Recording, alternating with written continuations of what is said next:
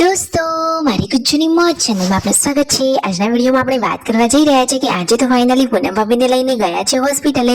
જો થાર ગાડીમાં બધો જ સામાન મૂકી દીધો છે। પૂનમ ભાભી, પાર્વતી ભાભી બધા હોસ્પિટલે જઈ રહ્યા છે। બચ્ચા પાર્ટીની સ્કૂલમાંથી કેવી કેવી બુકો મળી અને દોસ્તો ડોક્ટરે શું કહ્યું, ફાઇનલી શું તેમને ત્યાં રોકાવાનું છે, ફાઇનલી ખુશખબરી લઈને ઘરે આવવાના છે ને ઘરે બચ્ચા પાર્ટી કેવી મસ્તી કરી રહ્યા છે, ડોક્ટરે શું કહ્યું, હવે કેટલી વાર, બધી જ માહિતી જાણવા મળશે તમને આપણા આ વિડીયોમાં।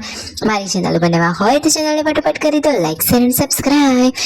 Full video in Thakor family blog channel દોસ્તો ફૂલ વિડીયોની લિંક ડિસ્ક્રિપ્શનમાં મૂકેલી છે, ત્યાં જઈ તમે આખો વિડીયો વોચ કરી શકો છો।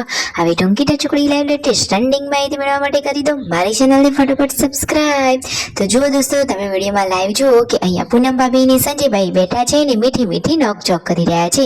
પૂનમ ભાભી તો જુઓ આટલી પ્રેગ્નન્સી વાળી હાલતમાં પણ થાય એટલા તો બધા જ કામ કરે છે। હવે તો ખુશખબરીને થોડોક જ સમય બાકી છે। અહીંયા તેઓ શાક સમારવા માટે બેસી ગયા છે અને કેટલા સરસ મજાના તૈયાર થયા છે।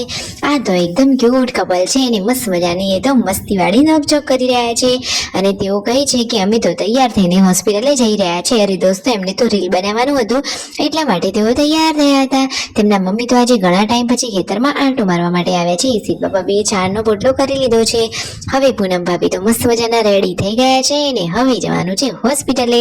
હોસ્પિટલે જતા પહેલા ઘરે થોડોક નાસ્તો કરી લીધો અને હવે ફાઇનલી બધો જ સામાન ગાડીમાં મૂકી અને જઈ રહ્યા છે હોસ્પિટલે। પાર્વતી ભાભી તેમની સાથે જઈ રહ્યા છે। ઘરે બચ્ચા પાર્ટી સ્કૂલમાંથી ઘરે આવી ગયા છે। એમને તો સ્કૂલમાંથી નવી નવી બુક્સ આપવામાં આવી છે। તમે વિડીયોમાં જુઓ તો ખરા કે આવીને જીન્સી તો રિસાઈને બેસી ગઈ કે મારે તો મારી મમ્મીની સાથે જવું હતું। પછી જુઓ પૂનમ ભાભીને એમને વિડીયો કોલ કર્યો, એટલે કે તેમને મોબાઈલમાંથી કોલ કર્યો અને પૂછ્યું કે તમે ક્યારે આવવાના છો। તો પહેલા તો એમને પ્રેન્ક કર્યો કે અમારે અહીંયા રોકાવું પડશે ને પછી સાચું કહી જ દીધું કે અરે અમે અત્યારે ઘરે જ આવીએ છીએ। ડોક્ટરે શું કહ્યું દોસ્તો, તમને ખબર પડી? ડોક્ટરે કહ્યું છે કે અત્યારે તમે થોડુંક વધારે ચાલવાનું રાખો, હજુ 10 જેવો દિવસ તો લાગી જશે ખુશખબરીને। ફાઇનલી પૂનમ ભાભીને લોકો બતાવી અને દવા લઈને ઘરે આવી ગયા છે। ડોક્ટરે અત્યારે તો સાચવવાનું કહ્યું છે, હજુ થોડોક ટાઈમ લાગશે, ટાઈમ લાગેગા ટાઈમ। અરે હજુ તો ઘણા બધા એવા મસ્ત મજાના રીલ જોવાના આપણે બાકી છે ને એટલા માટે।